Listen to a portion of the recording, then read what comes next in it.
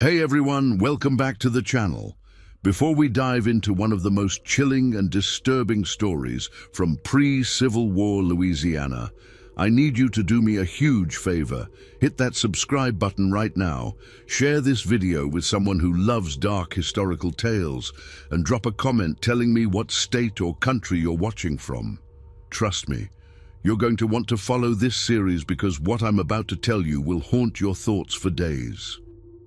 Now let's step back to 1841, into the suffocating heat of Louisiana's cotton fields, where two young girls were about to become the most feared figures in the entire region. My name is Zara, and this is the story my sister Morel and I never wanted to tell, but one that needs to be heard. It began on a Tuesday morning when the August heat made the air so thick you could barely breathe, and the cotton fields stretched endlessly under a merciless sun that seemed to burn everything it touched. I was 12, Morel was 10, and we had just finished our morning chores when we heard the screaming. Not the usual sounds of punishment that echoed across the plantation. This was different. This was our mama's voice, raw and desperate, cutting through the humid air like a knife through flesh. We dropped our water buckets and ran toward the main house, our bare feet slapping against the red dirt that stained everything in this godforsaken place. The other slaves watched us with eyes full of pity and fear, their faces telling us what we already knew, but refused to accept. Master Beauregard stood on his wraparound porch, his white linen suit pristine despite the heat, holding a leather whip that dripped with fresh blood. Below him, in the courtyard where the magnolia trees should have provided shade and beauty, our papa hung from thick ropes tied to the strongest branch. "This is what happens," Beauregard's voice boomed across the plantation, "when property thinks it can steal from its owner." Our mama knelt in the dirt beneath papa's swaying body, her dress torn, her back already marked with angry red welts that would scar forever. She wasn't crying anymore. The tears had been beaten out of her an hour ago. Now she just stared up at the man she had loved for 15 years, the father of her children, as his life slowly drained away. Morel grabbed my hand so tight I thought she might break my fingers, but I didn't pull away. We stood there, hidden behind the slave quarters, watching our world collapse in real time. I remember thinking that this couldn't be real, that any moment we would wake up in our small cabin and Mama would be humming while she prepared our meager breakfast. But this was real. The flies buzzing around Papa's wounds were real. The satisfied smile on Master Beauregard's face was real. The way the other white folks, his wife, his children, his guests, watched from the porch like this was entertainment, that was real too. "The boy tried to take bread for his sick children," whispered old Samuel, who had appeared beside us like a ghost. His weathered hands shook as he spoke. "Master caught him near the kitchen before dawn. I felt something cold settle in my chest, something that had nothing to do with the morning air. It was like ice forming around my heart, protecting it from ever feeling this kind of pain again." Beside me, Morel had gone completely still, her breathing so shallow I had to look twice to make sure she was alive. When they finally cut Papa down 3 hours later, Mama crawled to his body and held him until the sun set. No one tried to move her. Even Master Beauregard seemed to understand that some grief was too big to interrupt. That night, Morel and I sat with Mama in our cabin, listening to her broken whispers about how Papa had only wanted to feed us, how he had been saving scraps for weeks because we had been getting thinner and thinner. She told us about the life they had planned before they were sold to this plantation, about the dreams they had shared of freedom, of raising their children somewhere far from the cotton fields and the whips and the endless crushing heat. "Promise me," Mama said, her voice barely audible in the darkness. "Promise me you'll survive this place. Promise me you'll be smarter than your papa and me." I promised, but even as the words left my mouth, I knew I was lying. Survival wasn't enough anymore.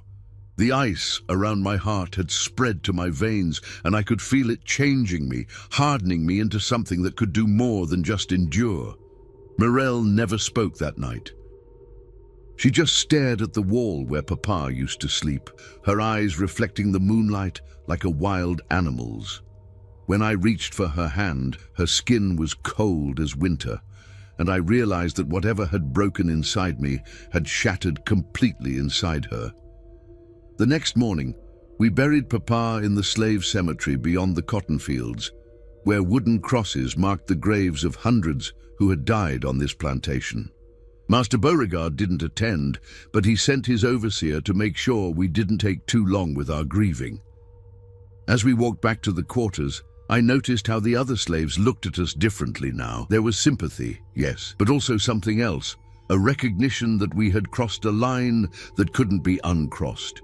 We were no longer children. We were survivors of something that had killed the innocent parts of our souls.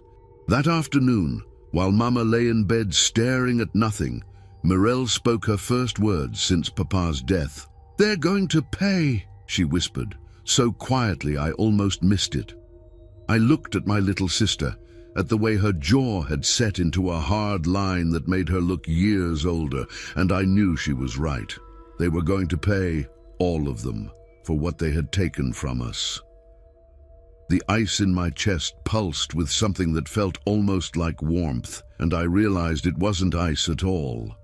It was rage, pure and cold and patient, waiting for the right moment to burn everything down. From that day forward, the other slaves began calling us the Silent Ones. We did our work without complaint, kept our heads down, and never caused trouble. But late at night, when the plantation slept, we would sit together and plan. We were 12 and 10 years old, and we had just learned that the world was a place where good people died for trying to feed their children. But we had also learned something else, that sometimes the only way to survive monsters is to become something even more dangerous. The cotton fields whispered our names in the wind, and somewhere in the darkness, our future victims slept peacefully, never knowing that their judgment day was already being planned by two little girls who had nothing left to lose. 6 years passed like a slow-burning fever, each day adding another layer to the ice that had formed around our hearts the morning Papa died. I was 18 now, Mirelle 16, and we had perfected the art of being invisible while seeing everything. Mama had lasted 2 more years after Papa's death before the grief finally claimed her. She died in her sleep one winter night, and I swear she was smiling when we found her, like she had finally found her way back to him. Master Beauregard didn't even give us time to properly mourn. We were back in the fields the next morning, picking cotton until our fingers bled. But those 6 years hadn't been wasted. While the other slaves saw us as the quiet, obedient sisters who never caused trouble, Mirelle and I had been learning. We learned which floorboards creaked in the big house, which windows were never locked, which of the white folks had secrets they would kill to protect. Most importantly, we learned about Overseer Marcus Webb. Webb was the man who had held the rope while Papa died, who had smiled while Mama screamed, who had whispered in Master Beauregard's ear that maybe the punishment should last longer, just to make sure the other slaves understood their place. He was a thin, wiry man with pale eyes and hands that were always too eager to reach for his whip. He lived in a small house at the edge of the plantation with his wife Sarah and their 3 children, 2 boys and a girl, all under the age of 10. Sarah Webb was a nervous woman who jumped at shadows and never looked the slaves directly in the eye, as if she knew that her husband's cruelty would someday come back to haunt them all. On the night we chose for our first act of justice, the air was thick with the promise of rain, and the cicadas sang so loudly they drowned out almost every other sound. It was perfect. Nature itself was providing cover for what we had to do. Mirelle and I had spent months studying the Webb family's routines. Marcus always made his final rounds at 10 o'clock, checking the slave quarters and making sure everyone was accounted for. Sarah put the children to bed at 8:30 and was usually asleep herself by 9. The house would be quiet and vulnerable by 10:15. We waited until the plantation settled into its nightly rhythm, then slipped out of our cabin like shadows. The other slaves were used to our midnight wanderings. They thought we went to Papa's grave to talk to his spirit, and we never corrected them. Let them think we were grieving daughters instead of what we really were, predators stalking our prey. The Webb house sat about a quarter-mile from the main plantation buildings, surrounded by pecan trees that cast long, dark shadows across the yard. We approached from the back, where Sarah's vegetable garden provided additional cover, and tested the kitchen door that we knew Marcus never bothered to lock. Inside, the house smelled like cornbread and fear. We could hear Marcus snoring in the front bedroom, a deep, rumbling sound that made my skin crawl. Sarah's breathing was lighter, more restless, as if even in sleep she couldn't find peace. Morel moved toward the children's room while I headed for the master bedroom. We had planned this moment for so long that we moved without hesitation, our bare feet silent on the wooden floors. I found Marcus first, sprawled across the bed like he owned the world, his mouth open and his breath reeking of whiskey. Sarah lay curled on her side, as far from her husband as the bed would allow, her face peaceful in a way it never was during the day. For a moment, I hesitated. Sarah had never directly hurt us. She was just a woman trapped in a life she probably never chose, married to a monster because that was what her father had arranged. But then I remembered Mama's screams, Papa's broken body, and the ice in my chest pulsed with cold fire. I pressed the pillow over Sarah's face first, holding it down until her struggles stopped and her body went limp. She never even woke up enough to see who was killing her. Marcus was next, and he did wake up, his pale eyes going wide with terror when he saw my face in the moonlight streaming through the window. "You," he whispered, and I could see the recognition dawning. "You're Samuel's girl." "Oh, I'm nobody's girl," I replied, pressing the knife we had stolen from the kitchen against his throat. "I'm your judgment." He tried to fight, tried to scream, but 6 years of fieldwork had made me stronger than he expected, and the rage that had been building inside me gave me the strength of 10 men. When it was over, his blood soaked into the mattress where he had dreamed of tomorrow's cruelties. Morel appeared in the doorway, her dress stained with small handprints that would never wash clean. Her face was calm, almost serene, like she had finally found the peace that had been stolen from us so long ago. "It's done," she said simply. We arranged the bodies carefully, making it look like a robbery gone wrong. We took some jewelry, scattered some furniture, broke a window from the inside. But we also left our mark. A small symbol carved into the wooden headboard, 2 interlocking circles that represented the bond between sisters that even death couldn't break. By dawn, we were back in our cabin, lying in our beds like we had never left. When the screaming started an hour later and the other slaves came running to tell us about the terrible tragedy at the Webb house, we played our parts perfectly. "Oh no," I gasped, covering my mouth with my hands. Who could have done such a thing? Morel just stared at the floor and said nothing, which was exactly what everyone expected from the quiet sister who rarely spoke. Master Beauregard called in the sheriff, who poked around the house for a few hours and declared it the work of runaway slaves, or maybe bandits from the swamp. No one suspected the 2 grieving sisters who had been model slaves for 6 years. But that night, as we lay in our beds listening to the other slaves whisper about the murders, I felt something I hadn't experienced since Papa died: satisfaction. It was warm and sweet and addictive, like honey on fresh bread. Morel reached across the space between our beds and took my hand. "Who's next?" she whispered. I squeezed her fingers and smiled in the darkness. We had tasted blood, and we were hungry for more. The Webb family was just the beginning.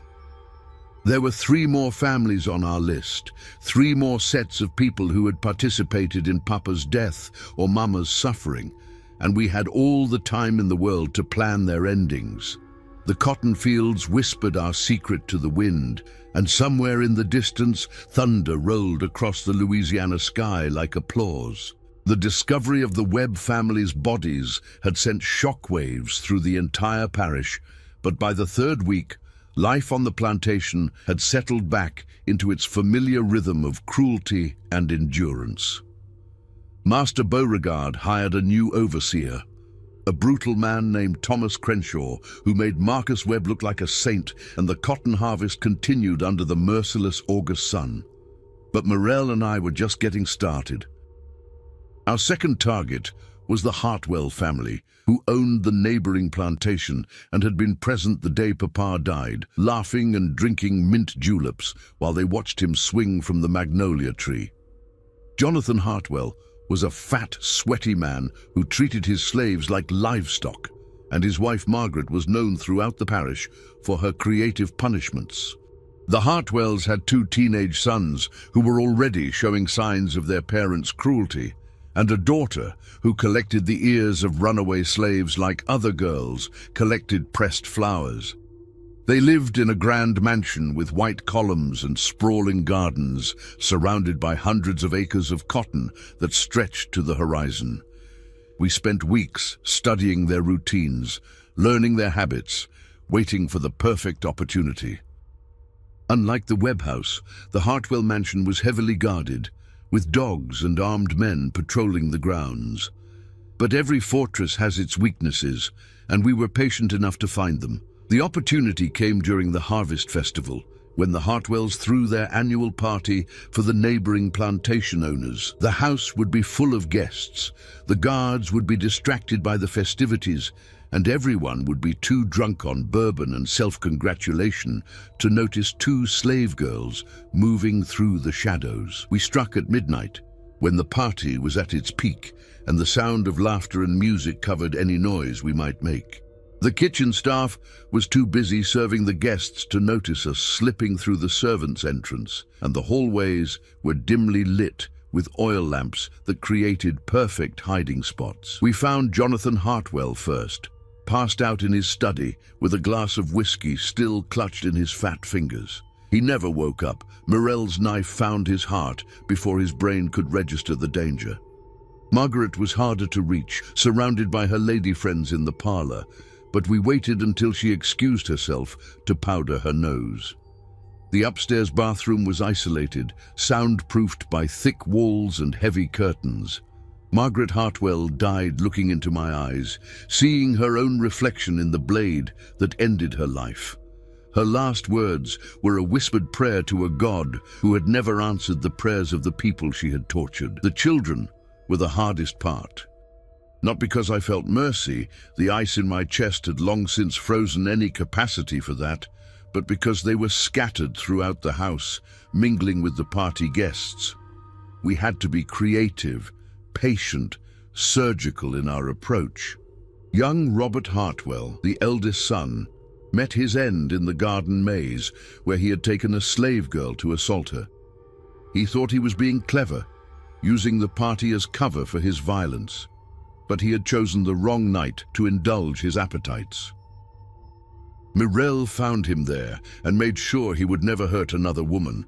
The daughter, Elizabeth, died in her bedroom while trying on jewelry stolen from dead slaves. She had been admiring a necklace that had belonged to our mama, and the irony was too perfect to ignore. I let her see the necklace one last time before I sent her to join her parents. The youngest son, barely 14, was the last to die. We found him in the library, hiding from the party and reading books about ancient Rome. He looked up when we entered, and for a moment I saw something in his eyes that reminded me of myself at his age. A kind of desperate intelligence, a hunger for something beyond the cruelty that surrounded him. But then I remembered the way he had laughed when Papa died, the way he had clapped his hands like it was a circus performance, and the moment of hesitation passed. Some sins are inherited, and some cycles can only be broken with blood. When it was over, we arranged the bodies in the main parlor, positioning them around the dinner table like they were having a family meal. But this time, we left more than just our symbol. This time, we left a message. Using Jonathan Hartwell's blood, We wrote on the white wall above the fireplace, "The children of the hanged man send their regards." Then we disappeared into the night, slipping away through the cotton fields while the party continued downstairs. The guests, too drunk and distracted to realize that their hosts had been murdered above their heads. The bodies weren't discovered until the next morning, when the servants came to clean up after the party. The screaming could be heard for miles, and within hours, every plantation in the parish was buzzing with rumors and theories. Some said it was the work of abolitionists from the north. Others blamed runaway slaves or swamp bandits. A few whispered about voodoo curses and angry spirits seeking revenge. But no one suspected the two quiet slave girls who had been working in the fields all night, their hands stained with cotton instead of blood. Master Beauregard called another meeting with the sheriff and the neighboring plantation owners. They talked about increasing security, about bringing in more dogs and armed guards, about the need to crack down harder on the slave population to prevent any ideas about rebellion. But we weren't rebels in the traditional sense. We weren't trying to free anyone or change the system. We were something much more dangerous. We were the system's own children, raised in its violence, shaped by its cruelty, and now turned back against it like a weapon forged in its own fires. That night, as we lay in our beds listening to the other slaves whisper about the murders, Morel rolled over and looked at me with eyes that reflected the moonlight like still water. "They're starting to understand," she said quietly. "Understand what?" I asked. "That we're not just killing people," she replied. "We're killing the idea that they're safe. We're killing their certainty that they can do whatever they want to us without consequences." She was right. The fear was spreading like wildfire through the white community, changing the way they looked at their slaves, the way they moved through their own homes. They were beginning to realize that their victims might not always remain victims, and we were just getting started. The cotton fields whispered our names to the wind, and in the distance storm clouds gathered on the horizon like an army preparing for war. The murders of the Webb and Hartwell families had transformed the entire parish into a powder keg of fear and suspicion. White folks who had once moved through their plantations with absolute confidence now jumped at shadows and slept with loaded pistols under their pillows. The slave quarters buzzed with whispered conversations about justice and revenge, and I could see something new in the eyes of my people, hope. But Morel and I weren't finished. We had two more families on our list, two more sets of people who had participated in Papa's death and Mama's suffering. The Beaumont family, who owned the largest plantation in the parish, and the Rousseau family, who supplied the rope that had been used to hang Papa. The Beaumonts were old Louisiana aristocracy, their wealth built on 3 generations of slave labor and cotton profits. Henry Beaumont was a thin, elegant man who prided himself on his refined cruelty. He never raised his voice or lost his temper, but his punishments were legendary for their creativity and lasting damage. His wife Celeste was a former belle from New Orleans who had brought her own special brand of sadism to the plantation. They had 4 children, ranging in age from 8 to 22, and each one had been carefully trained in the art of viewing slaves as less than human. The eldest son, Philippe, was already managing his own section of the plantation and had developed a reputation for working slaves to death during harvest season. The Rousseau family was different. They were merchants rather than plantation owners, but they supplied rope, chains, and other tools of oppression to every plantation in the parish. Claude Rousseau had personally delivered the rope used to hang Papa and had stayed to watch the execution like it was entertainment. We decided to take both families on the same night. During the new moon, when the darkness would provide perfect cover, it would be our most ambitious operation yet, requiring precise timing and flawless execution. The Beaumont plantation was heavily guarded, but we had been studying their security for months. The guards made their rounds every 2 hours, and there was a 15-minute window when the back of the house was completely unprotected. We would have to move fast and strike without hesitation. We started with the Rousseau family, who lived in a modest house in town above their rope and chain shop. Claude Rousseau was a widower who lived alone with his elderly mother and his teenage nephew, making our job significantly easier. We entered through the shop, using tools we had stolen from the plantation's blacksmith to pick the lock on the back door. The smell of hemp and metal filled the air, along with something else, the lingering scent of fear and desperation that seemed to cling to everything these people touched. Claude Rousseau died in his sleep, never knowing what hit him.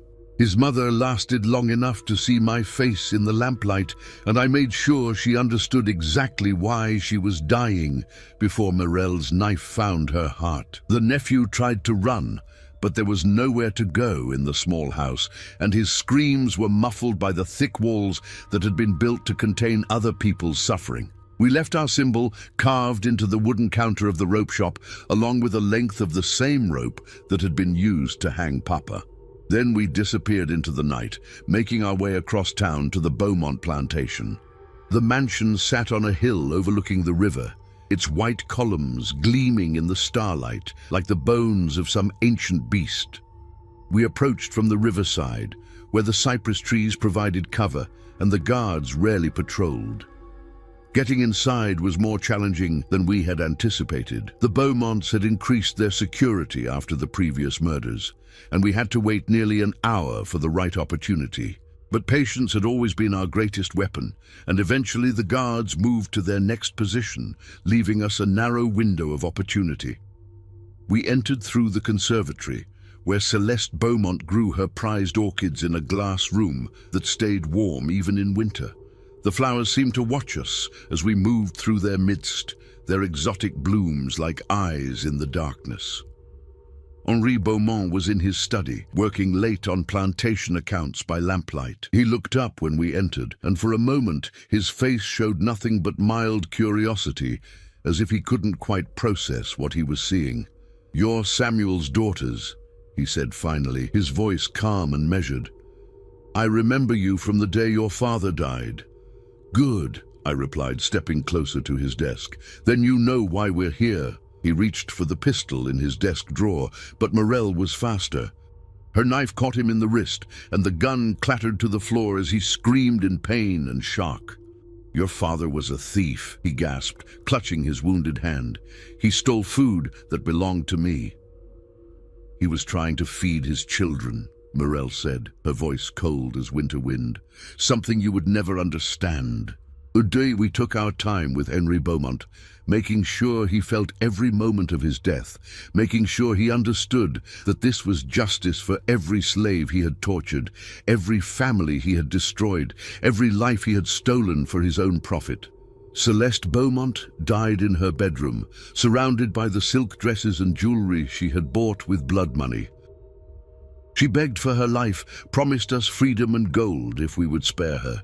But we had learned long ago that the promises of white folks were worth less than the cotton we picked. The children were scattered throughout the house, and we hunted them methodically, room by room, like wolves culling a herd. Felipe, the eldest, tried to fight back with a sword he had inherited from his grandfather, but years of soft living had made him weak, and the blade felt clumsy in his pampered hands. The youngest, a girl of 8, was the hardest to kill. Not because she was innocent, we had seen her throw rocks at slave children and laugh when they cried, but because she reminded me of what Morel and I had been at that age, before the world had shown us its true face. But mercy was a luxury we couldn't afford, and innocence was a concept that had died with Papa on that magnolia tree.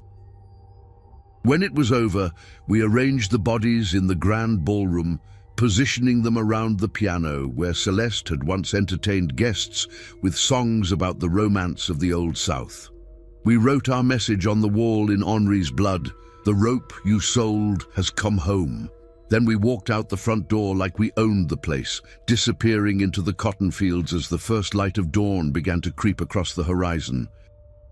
By the time the bodies were discovered, we were back in our cabin, sleeping peacefully while the white world erupted in panic and terror around us. 4 families dead, dozens of lives ended. And still, no one suspected the two quiet slave girls who had been picking cotton in the fields, their hands stained with plant matter instead of blood. But the fear was spreading now, changing everything. White folks were leaving the parish, selling their plantations and fleeing to safer places. Those who remained lived like prisoners in their own homes, afraid to sleep, afraid to trust anyone, afraid of the shadows that might hide their judgment. The system that had created us was beginning to eat itself alive, and we were just getting started. The deaths of 4 prominent families in less than 2 months had transformed our parish from a bastion of southern gentility into a war zone of fear and paranoia. White folks who had once strutted around their plantations like kings now moved in armed groups, their eyes constantly scanning the shadows for threats they couldn't name or understand. Master Beauregard had tripled the guards around our plantation and brought in a pack of bloodhounds trained to track runaway slaves. But what he really wanted was something much more dangerous. He wanted professional killers, men who specialized in hunting human prey. The bounty hunters arrived on a Tuesday morning when the air was thick with the promise of rain, and the cotton fields stretched endlessly under a gray sky that seemed to press down on everything like a burial shroud. There were 5 of them, hard men with cold eyes and hands that never strayed far from their weapons. Their leader was a tall, lean man named Jeremiah Cross, who wore a black coat despite the heat and carried a rifle that looked like it had seen more death than a battlefield surgeon. He had a reputation throughout the South for tracking down runaway slaves and bringing them back dead or alive, usually dead, since corpses couldn't run away again. The others were cut from the same cloth. Marcus Stone, a former soldier who had lost his taste for legitimate warfare. Billy Tate, a young man with dead eyes who killed for the pure joy of it. Samuel Wright, an ex-overseer who had been fired for excessive brutality. And Thomas Kane, a tracker who could follow a trail through swampland that would confuse a Choctaw brave. They set up camp in the old tobacco barn, turning it into a fortress with gun ports and clear sightlines in every direction. Master Beauregard gave them free rein to question any slave they wanted, to search any cabin, to use whatever methods they deemed necessary to find the killers. But Morel and I had been preparing for this moment since the night we killed the Webb family. We knew that eventually someone would come looking for us, someone more dangerous than the local sheriff or the bumbling plantation guards. We had spent months studying the swampland that bordered the plantation, learning its secrets, mapping its hidden paths and treacherous waters. The Atchafalaya swamp was a maze of cypress trees and Spanish moss, of hidden channels and floating islands that appeared and disappeared with the changing water levels. It was a place where even experienced hunters could get lost and never find their way out, where alligators and water moccasins ruled territories older than human memory.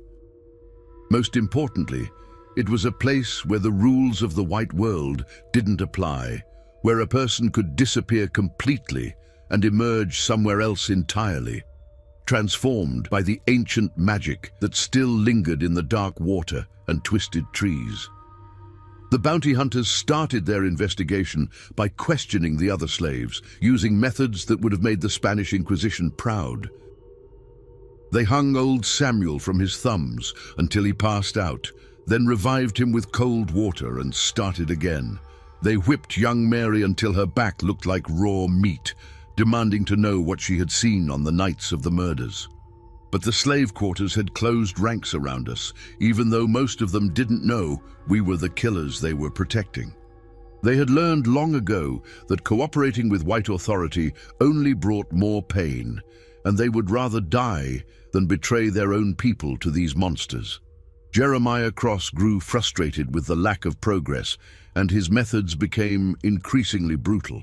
He started taking slaves into the swamp and leaving their bodies where the others would find them, hoping that fear would loosen tongues and break the wall of silence that protected us.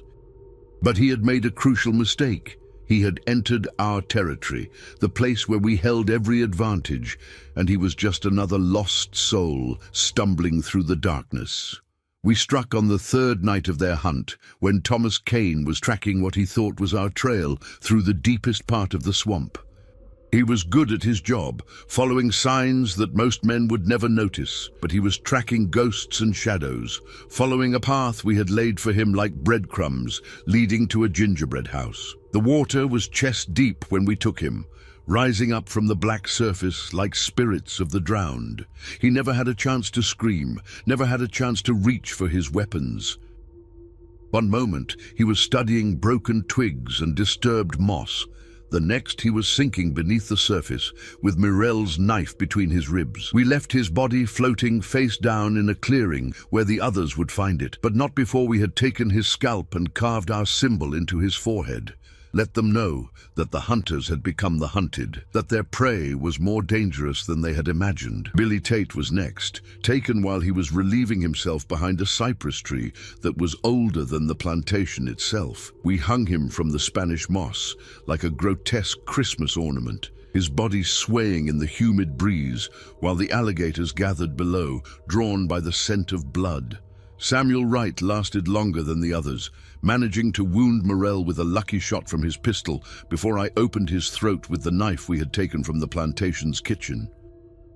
But his death was messier than we preferred, and we had to work quickly to arrange his body before the others came looking for him. Marcus Stone was the smartest of the group, smart enough to realize that they were being systematically eliminated by an enemy who knew the swamp better than they knew their own names. He tried to convince Jeremiah Cross to retreat, to call for reinforcements, to admit that they were outmatched. But Cross was too proud and too greedy to give up. The bounty on our heads had grown to $1,000 each, enough money to buy a small plantation, and he could taste the wealth that would come with our capture. He made his final mistake on the seventh night, when he decided to hunt us alone, convinced that his superior skills and experience would be enough to overcome two slave girls who had gotten lucky against his less capable partners. We found him at dawn, sitting with his back against a cypress tree, his rifle across his knees, his eyes scanning the water for any sign of movement. He looked like a statue carved from stone, patient and deadly, and absolutely certain of his own invincibility. But statues don't bleed, and Jeremiah Cross discovered that fact when Morel's arrow punched through his chest from behind, pinning him to the tree like a butterfly in a collector's case. He lived long enough to see us emerge from the water, long enough to understand that he had been outmatched from the very beginning, long enough to realize that the monsters he had been hunting were far more dangerous than anything he had ever faced. "Who are you?" he whispered, blood frothing from his lips. "We're the daughters of the man you came to avenge," I replied, kneeling beside him as his life drained away. "We're the children of your nightmares." When it was over, we arranged the bodies of all 5 bounty hunters in a circle around their camp, positioning them like they were having a final meeting in hell. We left our symbol carved into the barn door, along with a message written in Jeremiah Cross's blood: "The swamp remembers everything."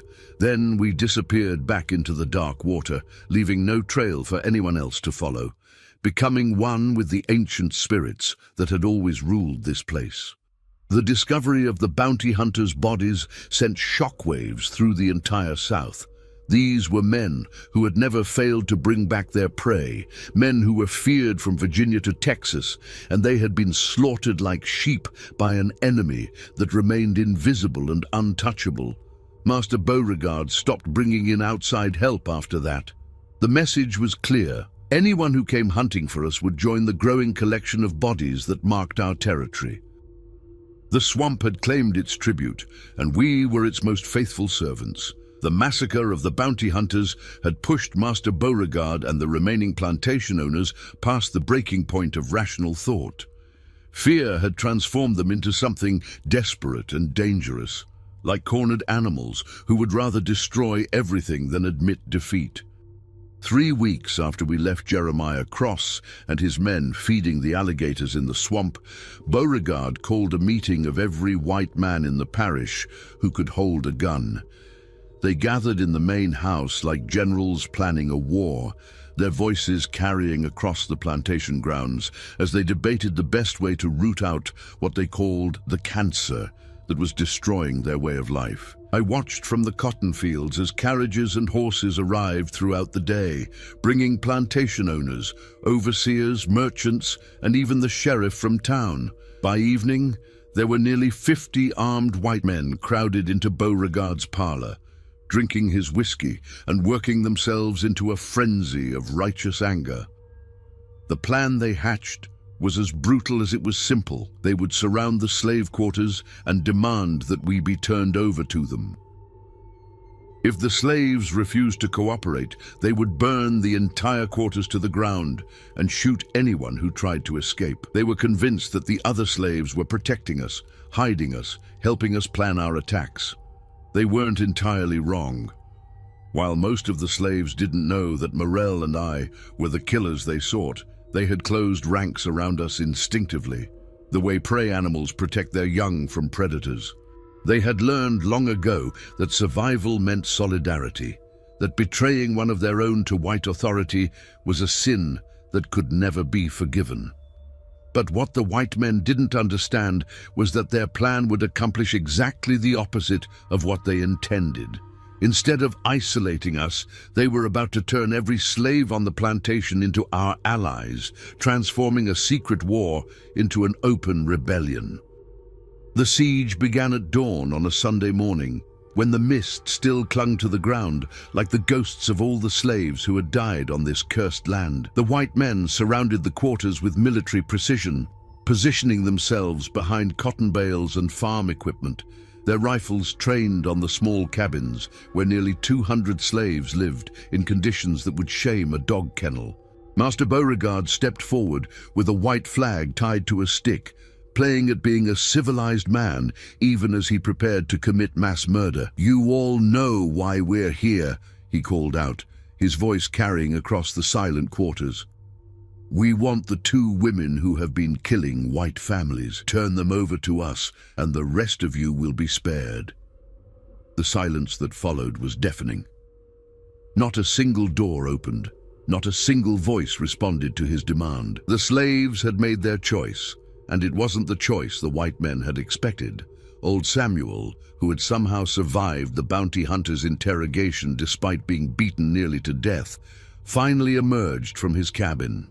He walked slowly toward the line of armed men, his back straight despite his age and injuries, his dignity intact despite everything they had done to break him. "Master Beauregard," he said, his voice carrying the weight of 70 years of suffering, "we don't know nothing about no killers. We just slaves trying to survive another day in this hell you created." "Don't lie to me, old man," Beauregard snarled, his civilized mask slipping to reveal the monster beneath. "Those women are hiding among you, and you're protecting them. I'll give you one more chance to do the right thing."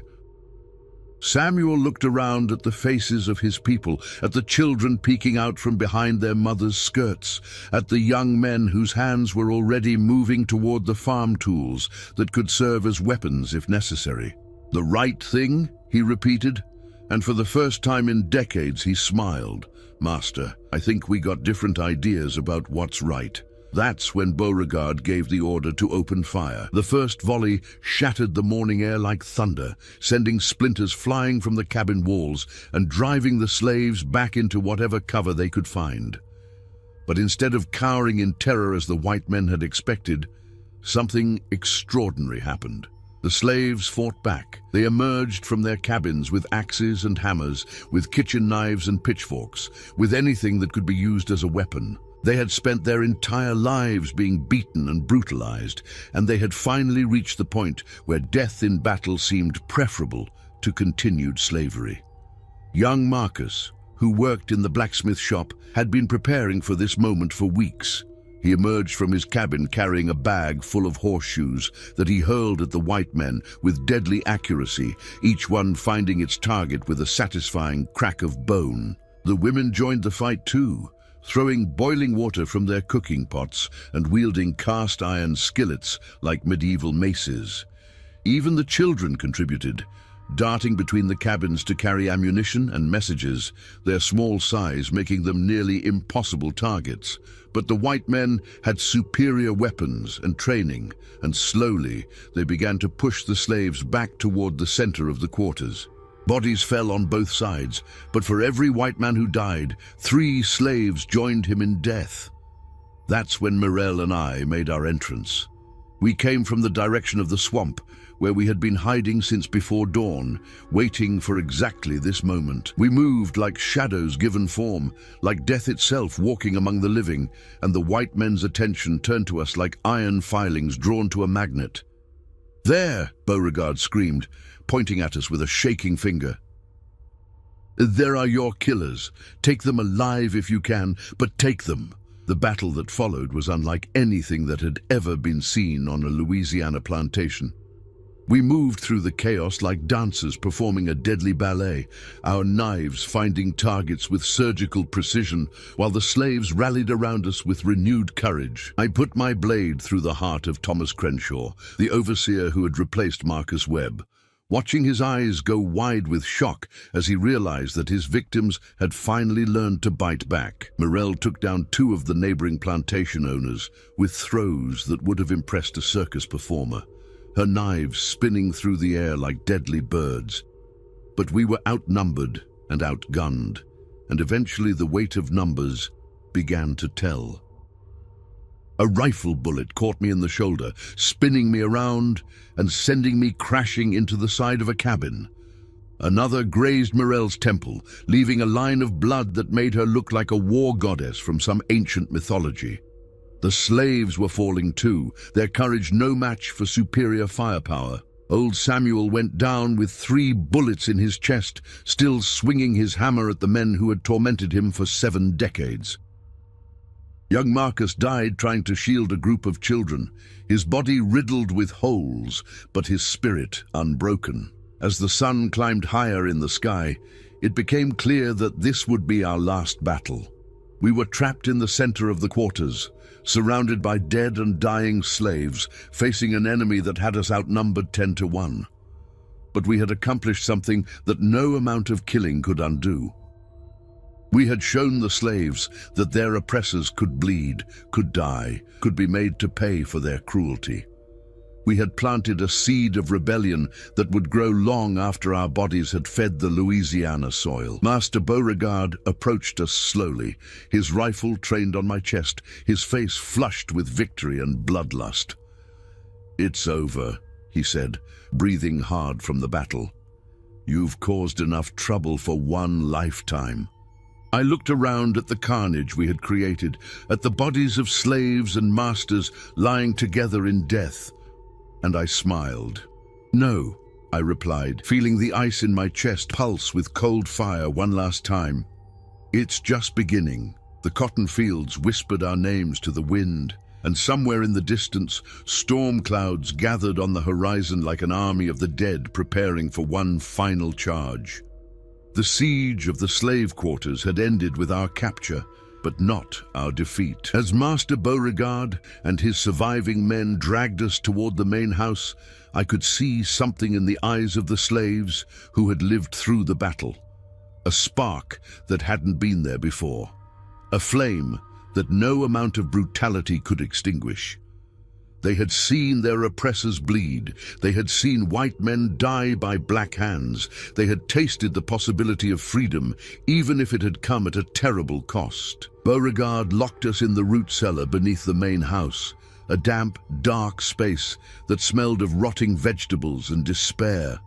Our hands were bound with the same rope that had been used to hang Papa, a detail that I'm sure he thought was poetic justice. But what he didn't know was that we had been preparing for this moment since the night we killed the Webb family. Hidden in the seams of our dresses were small vials of lamp oil that we had been stealing and saving for months. Sewn into the hem of Morel's skirt was a piece of flint and steel that we had taken from the plantation's blacksmith shop. We had always known that our war would end in fire. As night fell and the plantation settled into an uneasy quiet, we began our final preparations. The root cellar was directly beneath the main house's kitchen, and the wooden floor above our heads was old and dry, seasoned by decades of Louisiana heat and humidity. "Are you ready?" Morel whispered, her voice barely audible in the darkness. I thought about Papa hanging from the magnolia tree, about Mama dying of a broken heart, about all the slaves who had suffered and died on this cursed land. I thought about the children who would grow up in chains if we failed, and the children who might grow up free if we succeeded. "I've been ready since I was 12 years old," I replied. We worked in silence, using our teeth to tear open the hidden vials and spread the lamp oil across the wooden ceiling above us. The smell was sharp and acrid, mixing with the musty air of the cellar to create an atmosphere that seemed charged with possibility. When the oil was in place, Morel struck the flint against the steel, sending sparks dancing through the darkness like fireflies. It took several tries, but eventually one of the sparks caught, and a small flame began to lick at the oil-soaked wood. The fire spread slowly at first, then with increasing hunger as it found more fuel in the ancient timbers of the house. We could hear it crackling above our heads, could feel the heat beginning to build in our underground prison, but we weren't planning to die in that cellar. We had one more surprise for Master Beauregard and his men. The root cellar had been built during the early days of the plantation, when Indian raids were still a concern. It connected to a network of tunnels that led to the river, escape routes that the original owners had constructed but never used. We had discovered them months ago during our nighttime explorations, and we had been preparing them for exactly this moment. As the fire spread through the main house above us, we made our way through the narrow tunnels, crawling through spaces barely wide enough for our bodies, following a path that led away from the plantation and toward the dark waters of the Atchafalaya. Behind us, we could hear the screams beginning as the house erupted in flames. Master Beauregard and his family were trapped on the upper floors, cut off from escape by the inferno that was consuming their home. The same fire that had been used to brand slaves, to heat the irons that scarred our people, was now claiming the lives of their oppressors. We emerged from the tunnels at the river's edge, where a small boat waited in the reeds. We had stolen it weeks ago and hidden it here, along with supplies for our final journey into the swamp. As we pushed off from the shore, we could see the plantation burning behind us, the flames reaching toward the sky like the prayers of all the slaves who had died in bondage. The main house was completely engulfed now, its white columns cracking and falling as the fire consumed everything that had once represented southern gentility and grace.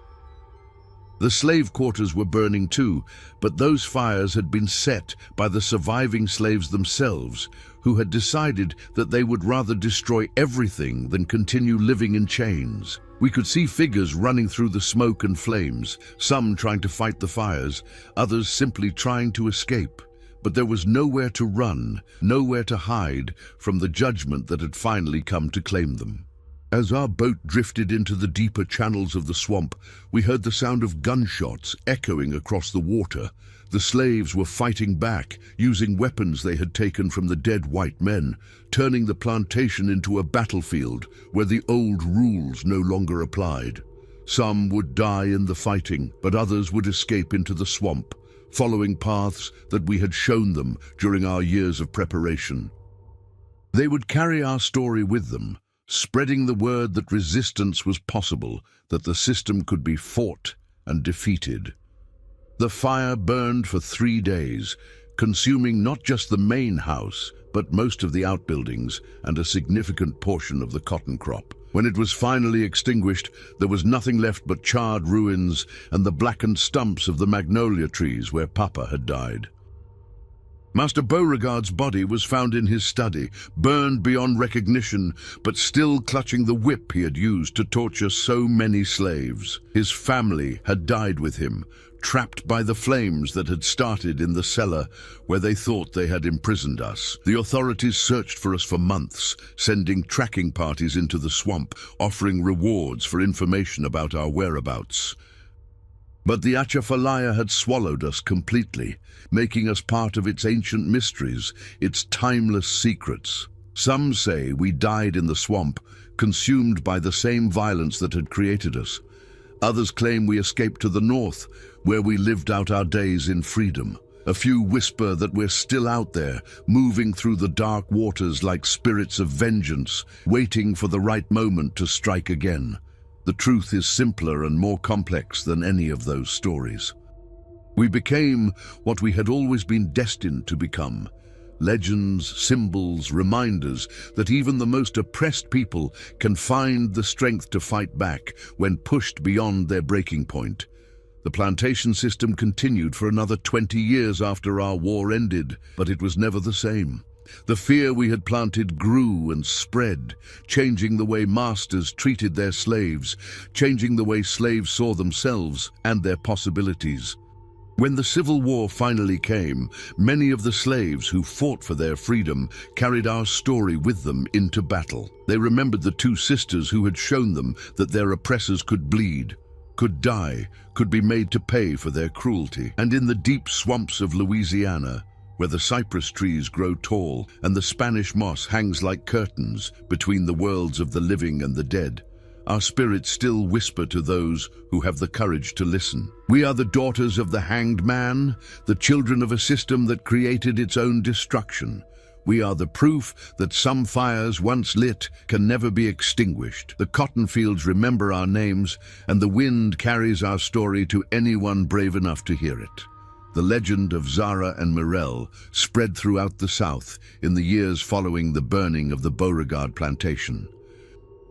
Some called them monsters, others called them heroes, but everyone agreed that they had changed something fundamental about the relationship between master and slave. Their story became a whispered reminder that oppression always carries the seeds of its own destruction, and that sometimes the most dangerous enemies are the ones created by the system itself. To this day, in the deep swamps of Louisiana, locals claim you can still see two figures moving through the mist on moonless nights, forever hunting those who would enslave and brutalize the innocent. Whether they are ghosts or legends or something else entirely, their message remains the same. Justice may be delayed, but it will never be denied.